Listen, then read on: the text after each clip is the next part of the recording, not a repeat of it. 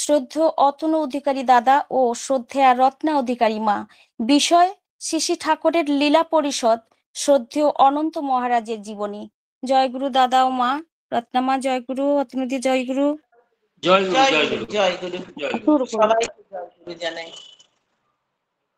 পরম প্রেমময় শ্রী শ্রী ঠাকুর, পরমারাধ্যা জগৎ জননী শ্রী শ্রী বর্মা, পরম পূজ্যপাদ শ্রী শ্রী বরদা, পরম পূজ্যপাদ শ্রী শ্রী আচার্যদেব, পরম পূজ্যপাদ শ্রী শ্রী অবিন দাদা এবং গুরুবাড়ির সকল পূজ্য পদে জানাই আমাদের অন্তরের সশ্রদ্ধ আভূমি প্রণাম।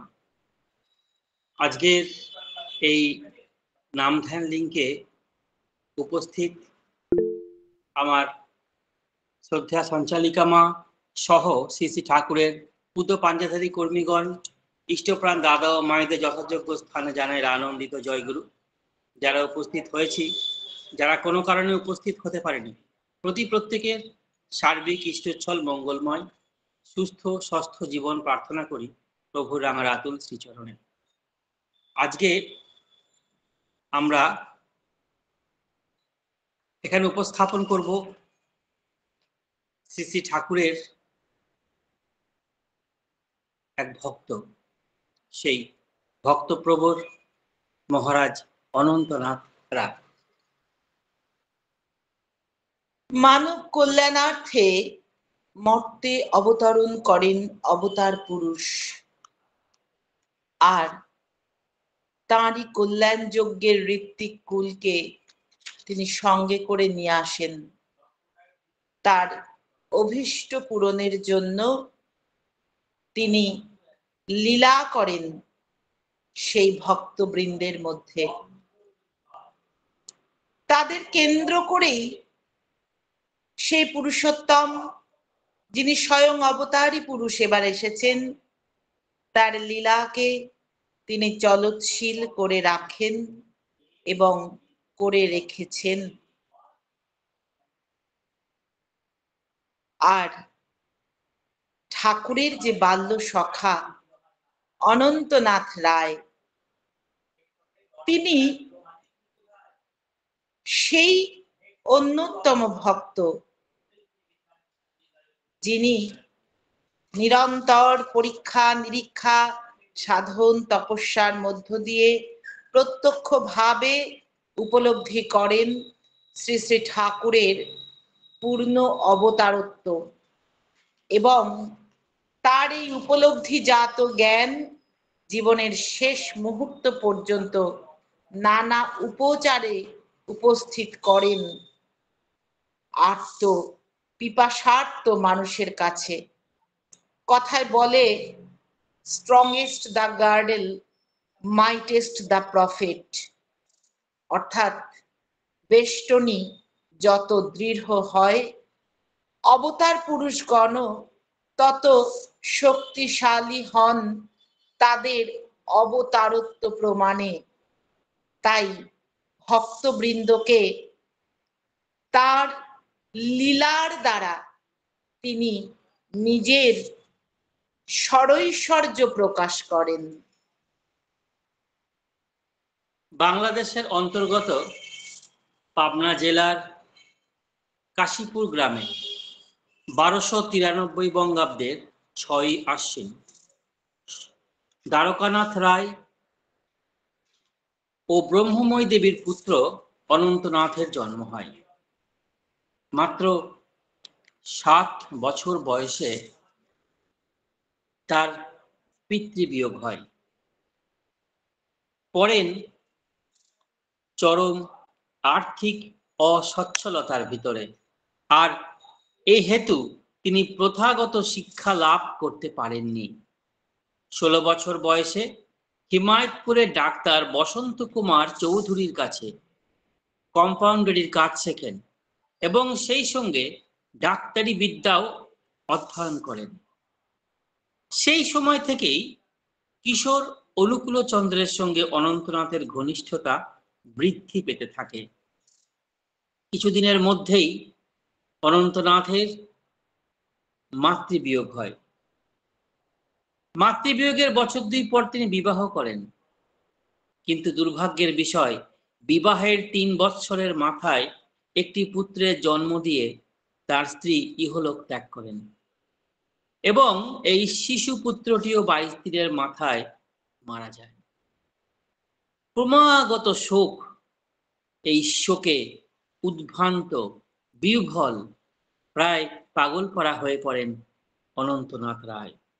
তাই তার মানসিক শান্তি, মানসিক স্থৈর্যের আশায় তিনি গুরু গ্রহণের জন্য ব্যাকুল হয়ে ওঠেন। এই সময় অনন্তনাথ রংপুরে গিয়ে তার দিদির কাছে কিছুদিন ছিলেন। দিদি তার এই গুরু গ্রহণের প্রবল ইচ্ছা দেখে সমস্ত কিছু শুনে নিয়ে বললেন, তুমি কেন গুরু খুঁজে বেড়াচ্ছ? আর তোমার জামাইবাবু যে অদ্বৈত বংশাবতংশ একজন প্রভুপাদ বৈষ্ণব গুরু, তাকে তুমি ভুলে গেলে? অসংখ্য শিষ্য যে তাকে অনুসরণ করছে, তুমি তারই কাছে দীক্ষা গ্রহণ করো। তার তখন গুরু গ্রহণের প্রবল ইচ্ছা। দিদির নির্দেশে অনন্তনাথ তার জামাইবাবু প্রভুপাদ রাধারমণ গোস্বামীর কাছেই প্রথমে বৈষ্ণব মন্ত্রে দীক্ষা গ্রহণ করলেন। কিন্তু অনন্তনাথ রায় তার যে জীবনের চাবিকাঠিটি লুকানো ছিল অন্য জায়গায়, তখন তিনি বছর ৮ বয়সের, প্রায় সমবয়সী কয়েকজন বালক বালিকার দল নিয়ে প্রতাপপুরের একটি জঙ্গলাকীর্ণ পথে হাঁটার পথ দিয়ে যাবার সময় বিপরীত দিক থেকে একজন সন্ন্যাসী আসছিলেন। তিনি বালক বালিকার ওই দলটির সম্মুখে এসে দাঁড়িয়ে পড়েন এবং অনন্তনাথের দিকে অঙ্গুলি নির্দেশ করে বলেন, এই বালক একদিন বিরাট সাধক পুরুষ রূপে খ্যাত হবে। এই যে ভবিষ্যৎবাণী, তা তো বিফল হওয়ার ছিল না, কারণ তিনি যতই তার জামাইবাবুর কাছে দীক্ষা নেন, আসলে তিনি যে তার বাল্য সখা, একই পাঠশালায় যার সাথে অধ্যয়ন করার সূত্রেই তার সাথে সে অনুকূলের সাথে সখ্য সম্প্রীতি গড়ে উঠেছিল, তার সেই অনুকূলই হবে তার জীবনের সেই সাধন স্তরের আরাধ্য দেবতা। তাই তিনি কিন্তু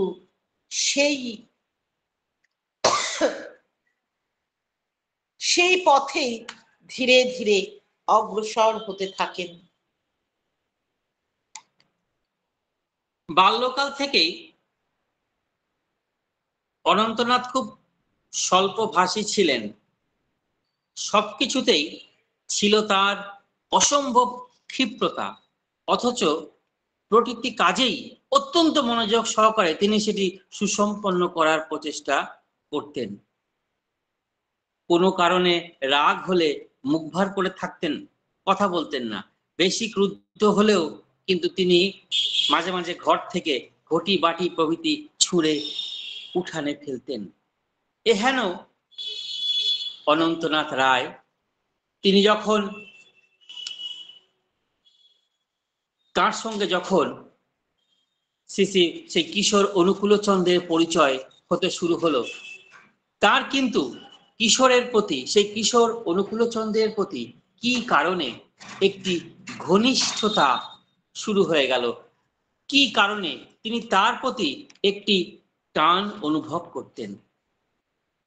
মেডিকেল স্কুলে পড়ার সময় অনুকূলচন্দ্রের যখন চরম অর্থ সংকট চলছিল, তখন অনন্তনাথ কলকাতায় গিয়ে হোয়াইট হল নামক ওষুধের দোকানে চাকরি নিলেন। অনন্তনাথের চাকুরিতে উপার্জিত অর্থ থেকে তিনি অনুকূলচন্দ্রকে নিয়মিত অর্ঘ্য দিতেন এবং অনুকূলচন্দ্র তা গ্রহণ করতেন। যদিও তখন অনুকূলচন্দ্রকে কেহই ঠাকুর বলিত না, অর্ঘ্য দিত না।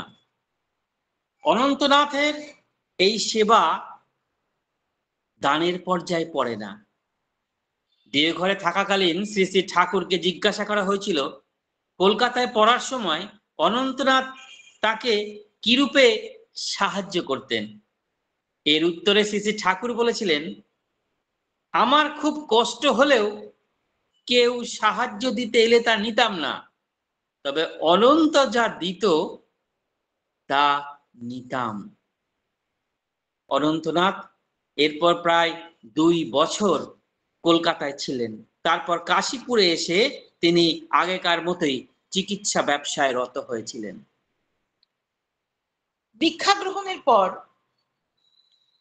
জামাইবাবুর কাছে দীক্ষা গ্রহণের পর তার সাধন ভজন চলতে থাকে। ভগবান লাভের তীব্র আকাঙ্ক্ষা তার যেন কিছুতেই মেটে না। কিন্তু সেই আকাঙ্ক্ষা যেন সঠিকভাবে মেটেও না, তৃপ্তি আসে না মনে। ভগবানকে সাক্ষাৎ পেয়ে তার সঙ্গ লাভের আকাঙ্ক্ষায় অধীর হয়ে ওঠে অনন্তনাথ। একদিন অস্থির হয়ে উঠে অবশেষে মনে হয়, এ জীবনে যখন তার বাস্তব সংস্পর্শ পেলাম না, তখন এ জীবন রেখে লাভ কি? দেখি পরজন্মে নূতন দেহ ধারণ করে নবীন উৎসাহে সাধনা করে তাকে পাওয়া যায় কিনা। নির্জনে সাধনা করার জন্য কাশীপুরের বিস্তীর্ণ প্রান্তরের মধ্যে একটা সাধন কুটির নির্মাণ করেছিলেন অনন্তনাথ।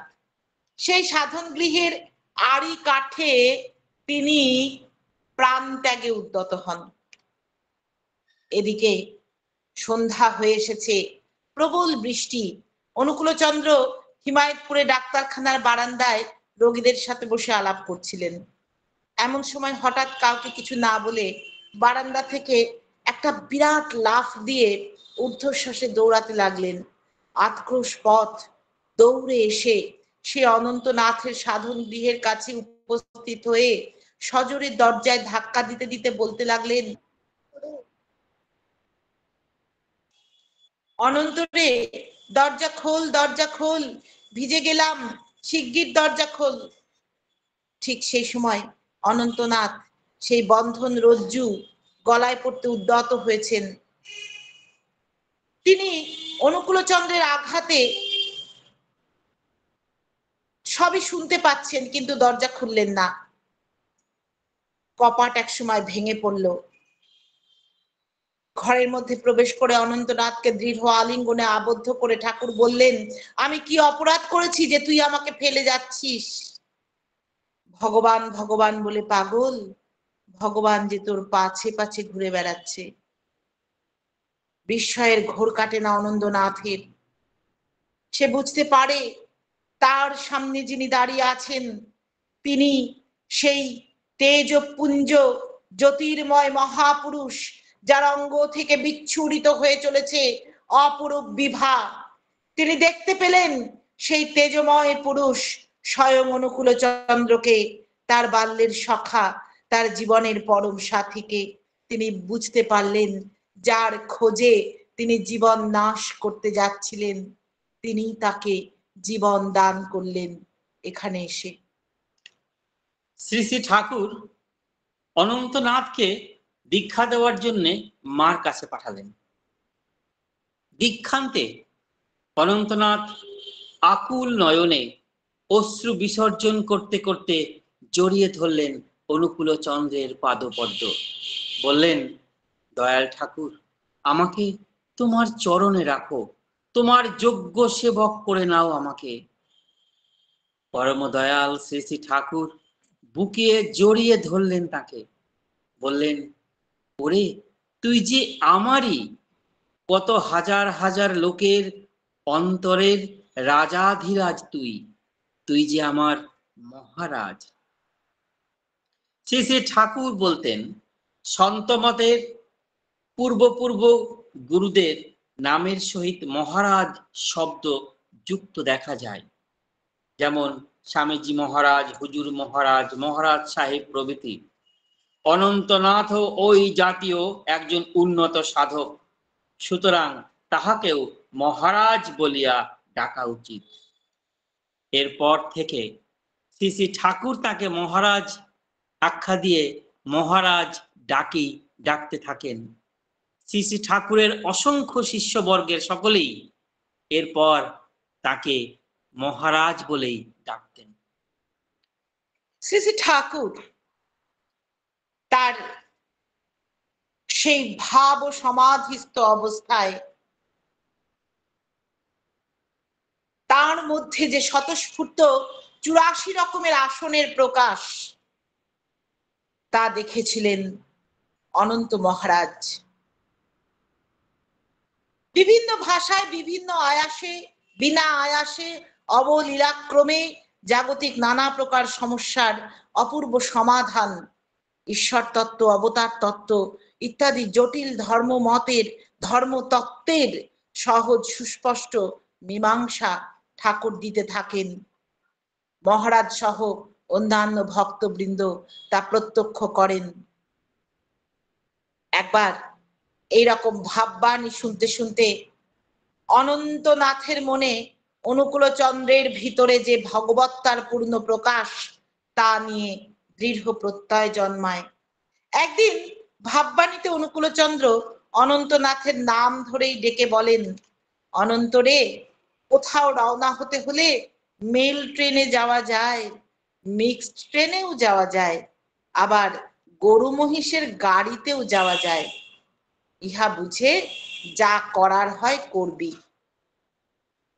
এরকম মহাভাব বাণীতে শ্রী শ্রী ঠাকুর অনেককেই অনেক নির্দেশ দিয়েছেন, আর অনন্তনাথকেও দিলেন সেই নির্দেশ। তখন থেকে তার সেই প্রত্যয় যেন আরো সমর্পিত হলো তার শ্রীচরণে, শ্রী শ্রী ঠাকুরের শ্রীচরণে। বিরতিহীন যাত্রা অনন্ত কালের জন্য চলল অনন্তের পথে। অনন্তনাথ যেন সেই অনন্তের পথে এগিয়ে চললেন শ্রী শ্রী ঠাকুরের শ্রীচরণ পদ্মকে আশ্রয় করে, যার ইতি নেই, বিচ্ছেদ নেই, যাতে আছে শুধু গতি, অব্যাহত নামময়তা। তিনি বাহ্য জ্ঞান শূন্য হয়ে আহার নিদ্রা ত্যাগ করে প্রাকৃতিক ক্রিয়া পায়খানা প্রস্রাব রহিত হয়ে একাধিক ক্রমে 5 দিন, 7 দিন, 1 মাস, 2 মাস, এমনকি 3 মাস পর্যন্ত একাসনে ধ্যান মগ্ন থেকে সাধনা করতেন, নাম করতেন। তিনি যেন এ যুগের বাল্মীকি মুনি। আমরা জানি 60,000 বছরের তপস্যায় বল্মীক জন্মেছিল, অর্থাৎ উই পোকার ঢিবি হয়ে গিয়েছিল বলেই তাকে বলা হয় বাল্মীকি। তেমনি এই যুগের বাল্মীকি সেই অনন্তনাথ রায়। সেই ছোটবেলার যে সন্ন্যাসী যে ভবিষ্যৎ বাণী করেছিলেন তা এভাবেই সার্থক হলো শ্রী শ্রী ঠাকুরের সংস্পর্শে এসে। তার গায়ে পিঁপড়ে ধরে যেত। কেউ কেউ মনে করত অনন্তনাথ মরে গেল নাকি, কোন রকমে গা থেকে পিঁপড়েগুলো ছাড়িয়ে দিয়ে আসতো। তার অনেক পরে, অনেক দিন পরে, অনেকক্ষণ পরে তার বাহ্য জ্ঞান হতো। শরীরের অবস্থা দেখে মনে হতো তিনি আর বেশি দিন বাঁচবেন না। সাধনার এই রকম সময় অনন্তনাথ তারপরে শুধু একটু হয়তো দুধ পান করতেন, আবার এক সময় তিনি মৌন ব্রতাবলম্বীও হয়ে 6 মাস কাটিয়েছিলেন, অর্থাৎ কথা না বলে। এইভাবে ঠাকুরের সঙ্গে সাধন ভজনে তিনি এক এমন পর্যায়ে উপনীত হন যে তিনি শ্রী শ্রী ঠাকুর অনুকূলচন্দ্র যে পূর্ণ অবতার, এ পর্যন্ত জগতে যত অবতার পুরুষের আবির্ভাব ঘটেছে সকলেই যে পরিপূরক, এবং তিনিই হচ্ছেন বর্তমান সর্বপরিপূরণকারী পুরুষোত্তম, একথা অনন্ত নাথই কিন্তু তার মহা সাধনায় বুঝতে পারেন এবং ঘোষণা করেন। শ্রী শ্রী ঠাকুরকে পূর্ণ অবতার রূপে ঘোষণা করেন। অনন্তনাথ। শ্রী শ্রী ঠাকুরকে অনন্তনাথ রায় পূর্ণ অবতার রূপে ঘোষণা করেন এবং শ্রী শ্রী ঠাকুর যে স্বয়ং ভগবান নরদেহে তিনি ধরাধামে আবির্ভূত হয়েছেন আমাদের পথ দেখাতে, তা তিনি শুধু উপলব্ধি করেননি, তিনি জনে জনে বলে বেড়াতেন। এই প্রসঙ্গে একটি ঘটনা আছে। সে সময় আশ্রমে অর্থাৎ হিমায়তপুরে কীর্তনের যুগ শুরু হয়েছে। অনন্তনাথ কাশীপুর থেকে তার যে চিকিৎসালয়, ব্রহ্মময় চিকিৎসালয় উঠিয়ে তিনি হিমায়তপুরে পদ্মার ধারে নিয়ে এসেছেন। সে সময় ঠাকুর বাড়ি থেকে পদ্মার ধারের ঘরগুলিতে আসার কোনো সোজা পথ ছিল না, মাঝখানে মাঝখানে ওই জঙ্গল ছিল, সেই জঙ্গলগুলি পেরিয়ে আসতে হতো। ক্রমে ক্রমে আশ্রমে লোক সমাগম বাড়তে থাকে, ঘরের সংখ্যাও বাড়তে থাকে। ঠিক আশ্রম যখন এইভাবে তৈরি হচ্ছে, সেই সময় অনন্তনাথের জামাইবাবু অর্থাৎ প্রভুপাদ রাধারমণ গোস্বামী ঠাকুর বাড়িতে একবার এসে কয়েকদিন ছিলেন। সে সময় একদিন ঘুরতে ঘুরতে তিনি অনন্তনাথের সেই ব্রহ্মময় চিকিৎসালয় ডিসপেন্সারিতে গিয়ে দেখেন যে অনন্তনাথ নির্জন ঘরে টেবিলের উপরে দই কনুই রেখে, দু হাতের উপর দুই গাল রেখে পদ্মার দিকে চেয়ে বসে আছেন। মুখটা কেমন থমথমে। অনন্তনাথের মুখ ভার থেকে প্রভুপাদ তার জামাইবাবু তাকে জিজ্ঞাসা করলেন, কি হয়েছে, মুখ ভার কেন? উত্তরে অনন্তনাথ বললেন যে শ্রী শ্রী ঠাকুর তার উপর ভীষণ চটে গেছেন এবং মেরেছেনও। তখন প্রভুপাদ বললেন, নিজেদের মধ্যে ঝগড়া মারামারি এসব তো ভালো নয়, চলো আমরা যাই, কি হয়েছে শুনি। অনন্তনাথ যেতে সাহস পাচ্ছেন না। তখন প্রভুপাদ তার হাত ধরে টেনে উঠালেন ও বললেন, চলো না আমার সঙ্গে, এত ভয় কিসের? তারা আসলেন। অদূরে একটি ঘরের মেঝেতে শ্রী শ্রী ঠাকুর আসনে বসে আছেন। ক্রোধে সর্বাঙ্গ রক্তবর্ণ, তার চোখ তুলি থেকে যেন আগুন বেরোচ্ছে, কিন্তু চুপচাপ বসে আছেন। প্রভুপাদ অনন্তনাথকে নিয়ে ঘরে ঢুকলেন, কিন্তু অনন্তনাথ দরজার কাছেই মাথা নিচু করে দাঁড়িয়ে থাকলেন। প্রভুপাদ উভয়ের মধ্যবর্তী স্থানে দাঁড়িয়ে তাদের বিরোধের মীমাংসা করার চেষ্টা করলেন। ঠাকুরকে বলছেন, কি অনুকূল, তোমাদের মধ্যে কি নিয়ে বিরোধ হলো? শ্রী শ্রী ঠাকুর এটা শুনে তো লাফিয়ে উঠে বললেন, ও আপনাকে নিয়ে এসেছে, আমি দেখাচ্ছি। তখন প্রভুপাদ বললেন, আরে না না, আমি ওকে এনেছি, কিন্তু ব্যাপারখানা কি খুলেই বলো। তখন ঠাকুর বলছেন, দেখুন না, ও আমার সম্বন্ধে কি সব বলে বেড়ায়। এইসব বলেই ঠাকুর যেন আবার মারতে ওঠেন। তখন প্রভুপাদ বলছেন, একটু ঠান্ডা হয়ে বসো, শুনি আগে কি হয়েছে, অনন্তের উপর তুমি এত রেগে গেছো কেন? তখন ঠাকুর বলছেন, জানেন ও কি সব যাতা বলে বেড়ায় আমার সম্বন্ধে, বলে বেড়ায় আমি নাকি ভগবান। এ কথা বলেই তিনি আবার অনন্তনাথের দিকে সেই মারতে উদ্যত হন। তখন প্রভুপাদ জিজ্ঞেস করলেন, কি অনন্ত, তুমি অনুকূলকে ভগবান বলো কেন? অনন্তনাথ বলছেন, আমি জানতে পেরেছি বলেই বলি। শ্রী শ্রী ঠাকুর আবার উঠে দাঁড়ালেন। প্রভুপাদ তাকে আবার বসিয়ে দিলেন। বলছেন, অনুকূল, তুমি বৃথা রাগারাগি করছো, সে তোমাকে ভগবান বলে জেনেছে বলেই তো বলছে, এতে তার দোষটা কোথায়? তখন ঠাকুর বলছেন, ও ভারী জেনেছে, তা জেনেছে তো জেনেছে, সে কথা আবার অন্যের কাছে বলে বেড়ায় কেন? তখন প্রভুপাদ জিজ্ঞাসা করলেন, অনন্ত, তুমি জেনেছো ভালো কথা, চুপ করে থাকলেই তো মিটে যায়। অনন্তনাথ ছাড়বার পাত্র নন। তিনি বলছেন, আমি একাই জানবো আর জনসাধারণ জানবে না, এ কেমন কথা? শ্রী শ্রী ঠাকুর বলছেন, ওই শোনেন, ওই শোনেন। তারপর তিনি অনন্তনাথকে উদ্দেশ্য করে বললেন, আরে তুই জেনেছিস তো জান, অন্যের কাছে তা বলতে যাস কেন? এর পরিণাম কি হবে ও কি জানে? তখন প্রভুপাদ জিজ্ঞেস করলেন, কি পরিণাম? ঠাকুর বলছেন, ও দুর্গতির সীমা থাকবে না, অপবাদ, মানসিক অশান্তি, দৈহিক নিপীড়ন পর্যন্ত হতে পারে, খাদ্য পানীয়ের অভাব হতে পারে, অনিদ্রা হতে পারে, আরো কত কিছু হতে পারে। ও কি জানে না, না বোঝে না? তখন প্রভুপাদ বলছেন, অনন্ত শুনলে? তুমি যা করতে চাও তার পরিণাম। এই ভক্তপ্রবর অনন্তনাথ রায় এবার বলছেন, আমি এই সমস্ত কিছুকে স্বীকার করেই তাকে ভগবান বলে প্রচার করছি এবং প্রচার করব। তখন প্রভুপাদ বললেন, অনুকূল, তোমার আর কিছু বলার নেই আশা করি। পরমদয়াল শ্রী শ্রী ঠাকুর আর কোনো কথা বলতে পারলেন না। বুঝতে পারলেন কি ভয়ানক মানসিক জোর নিয়ে তার এই ভক্তপ্রবর তার কথা মানুষের মাঝে অবশ্যই বিতরণ করবেন। এই ঘটনারই যেন এক গতিময়তা পেল যখন শ্রী শ্রী ঠাকুরের জন্মোৎসব পালনের আয়োজন করলো ভক্তবৃন্দ। ইংরাজি 14-15 সেপ্টেম্বর 1918। ভক্তরা বিশ্বগুরুর আবির্ভাব জানিয়ে ছাপিয়ে ফেলেছেন অসংখ্য প্রচারপত্র, প্রস্তুত করেছেন প্রাচীন লিখন এবং সব রকমের অন্যান্য প্রস্তুতিও নেওয়া হয়ে গিয়েছে।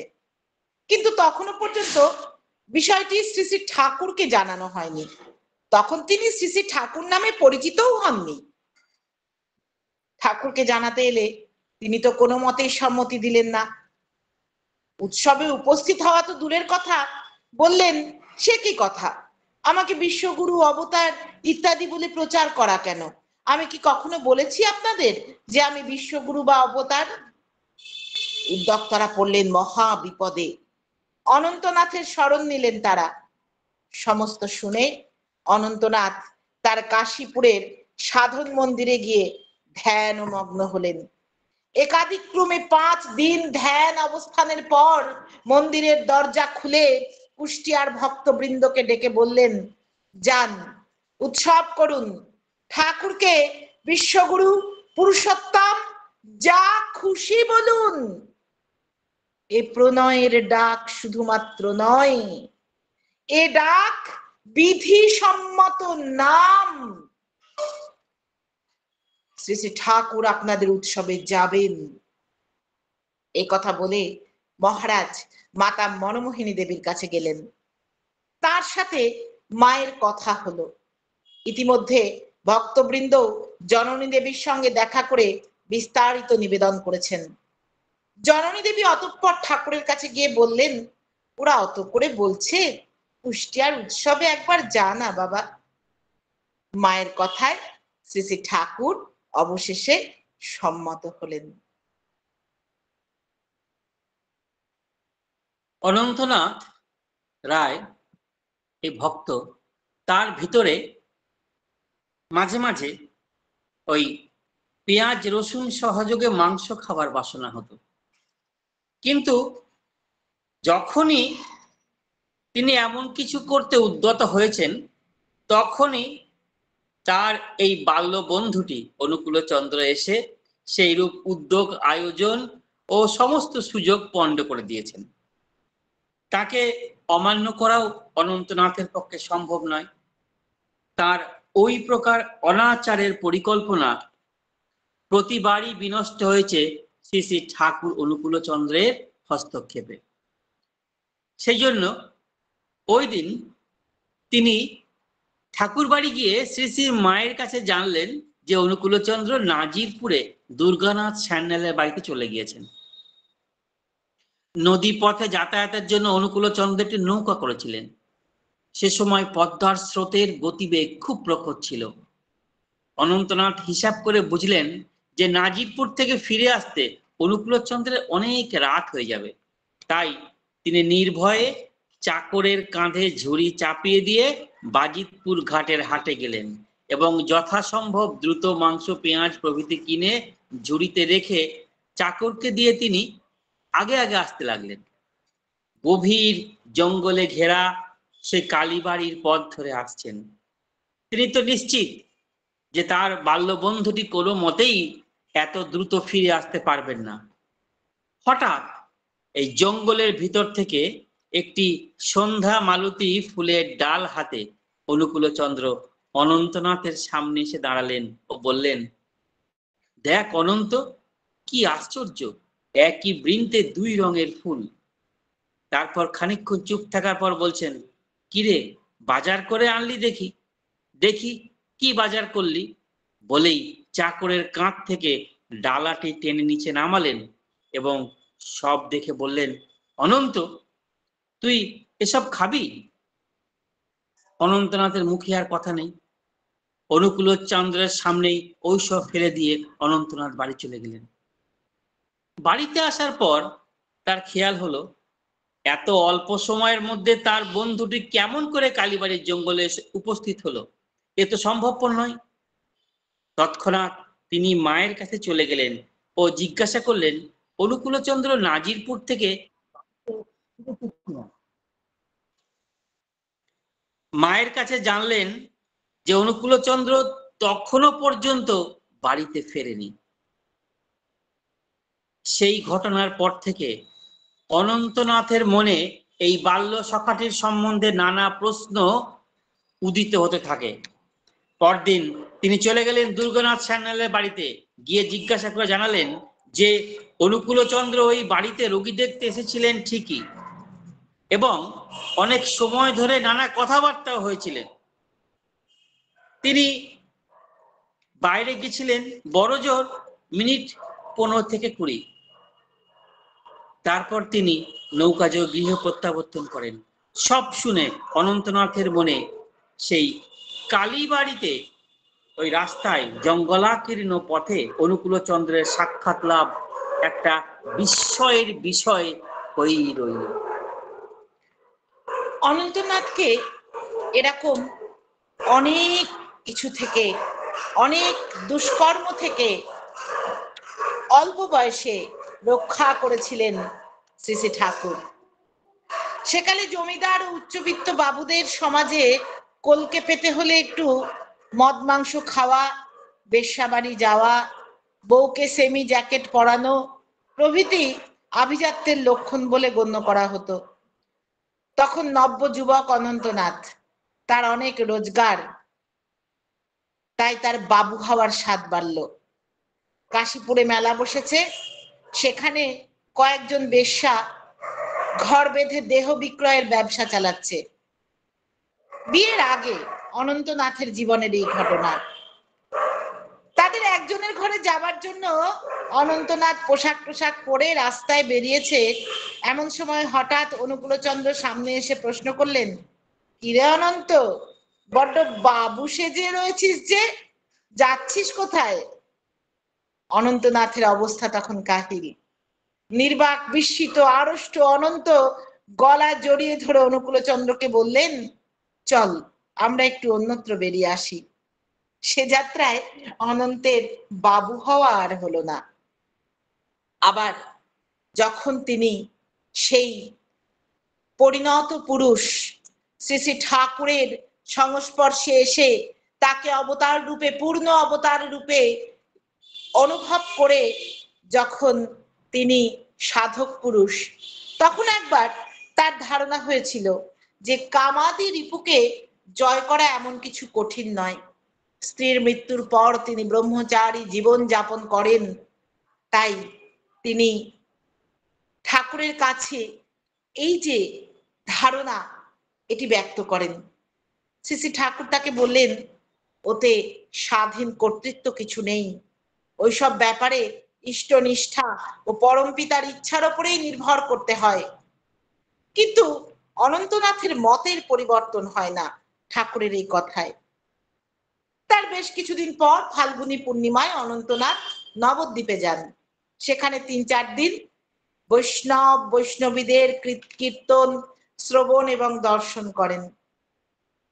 তারপর থেকেই তার মানস পটে অনবরত বৈষ্ণবীদের নৃত্য দৃশ্য ভাসতে থাকে এবং এক তীব্র কামনার সৃষ্টি হয়।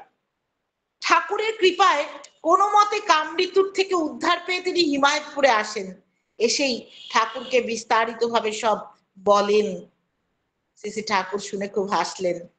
সাধনার উচ্চ স্তরে উঠেও যে কোনো সময় বিচলন আসতে পারে এবং উত্থানের পর পতনমুখী স্রোতের দ্বারা স্বভাবতই সেই প্রবলতর ভাব আসতে পারে। তাই একমাত্র একনিষ্ঠাই এক ইষ্টনিষ্ঠাই সেই পতন প্রতিহত করতে সক্ষম। অনন্তনাথের রিপুজয়ের অহংকার এইভাবেই বিদূরিত হয়। তিনি বোঝেন যে একটি গাছের পাতাও তার ইচ্ছাতেই পড়ে, তাই নিজের প্রবৃত্তির ওপরে যতই আমার কন্ট্রোল থাকুক, তবুও সবটা নির্ভর করে সেই তাঁরই ইচ্ছায়।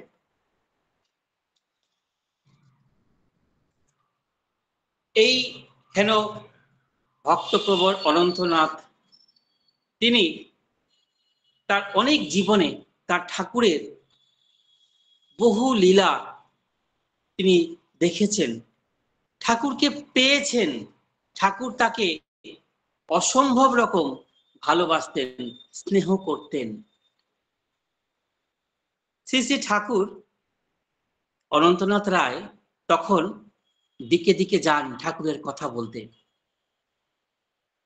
একবার বাইরে যাওয়ার ডাক আসলো, অনন্তনাথ রায় তিনি ভাবলেন যে তিনি ঠাকুরের কথা বলতে অবশ্যই যাবেন। ঠাকুরকে এসে নিবেদন করতেই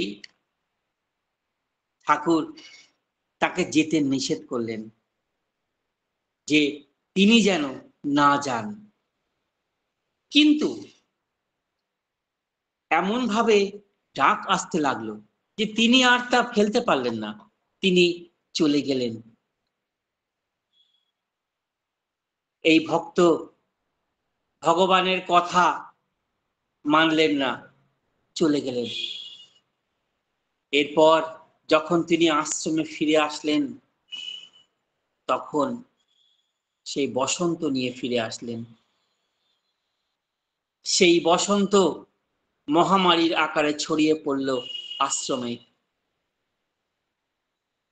এরপর পরম দয়াল শ্রী শ্রী ঠাকুর বারবার করে বলতেন, আক্ষেপ করে, ওরে ভগবান তোকে যেতে নিষেধ করেছিল, তুই গেলি কেন?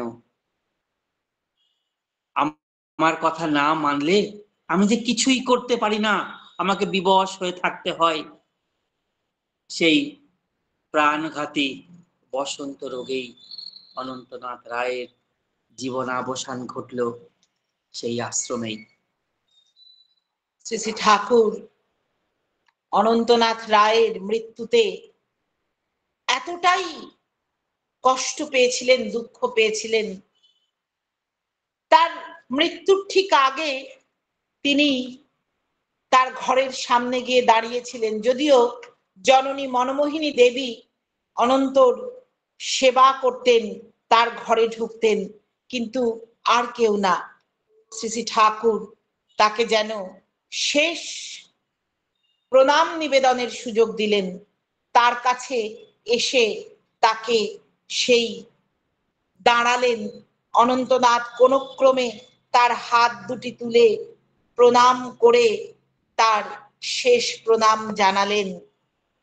তারপর সেই মহারাজ অনন্তনাথ রায়ের প্রথম স্মৃতিবার্ষিকী উপলক্ষে শ্রী শ্রী ঠাকুর শিষ্যবর্গের প্রতি আহ্বান জানিয়েছিলেন। একটি বছর তিনি পদ্মার পাড়ে তাঁবু খাটিয়ে বসবাস করতেন শ্রী শ্রী ঠাকুর, কারণ আশ্রমের মধ্যে থাকতে তার বেদনা বোধ হতো। সেখানে অনন্ত মহারাজ নেই। তিনি লিখলেন একবার একটি চিঠিতে যে প্রথমেই যারা গ্রহণ করেছিল তারা মাত্রই ছিল দুইজন। সে একজন আমার কৈশোরের ছিল খেলার সাথী, আমার অনন্ত মহারাজ, আর একজন কিশোরী মোহন দাস। শ্রী শ্রী ঠাকুরের এই কৈশোরের খেলার সাথী অনন্ত মহারাজ এবং কিশোরী মোহন দাস, তাদের জন্যই শ্রী শ্রী ঠাকুর তার যে ঠাকুরত্বের প্রমাণ, তার সরৈশ্বর্যের প্রকাশ, সেটা দিকে দিগন্তরে বিস্তৃত হয়েছিল এদের দুজনের মাধ্যমেই। শ্রী শ্রী ঠাকুর অত্যন্ত নিষ্ঠা এবং আন্তরিকতা সহকারে অনন্তনাথের বাৎসরিক শ্রাদ্ধ কর্মের আয়োজন করেন এবং আশ্রমের ভিতরে ও বাইরে সকলকে যথাসাধ্য তৃপ্ত করে অন্তরতম সখার তর্পণ করেন। এই মহাসাধক অনন্তনাথ মৃত্যুশয্যায় শয়ান অবস্থাতেও ইষ্টানুরাগের যে প্রেরণার আলো জ্বালিয়ে তুলে ধরেছেন, তার দ্যুতি চিরদীপ্যমান হয়ে অনন্তকাল পথ দেখাবে ভক্তজনকে। এমন ভক্তের জীবনী সময়ে বাধা অবস্থায় বলে শেষ করা যায় না। অনন্ত তার জীবন, অনন্ত তার কীর্তি, উদ্দেশ্য তার একমাত্র ঠাকুরকে প্রচার করা, ঠাকুরের ঠাকুরত্বকে দিকে দিকে ছড়িয়ে দেওয়া। সেই ভক্তপ্রবর অনন্তনাথ রায়কে জানাই আমাদের অকুণ্ঠ প্রণাম। জয় গুরু। আমাদের ইষ্ট কথা আজ এখানেই শেষ করছি। সকলে ভালো থাকবেন। জয় গুরু। বন্দে পুরুষোত্তমম।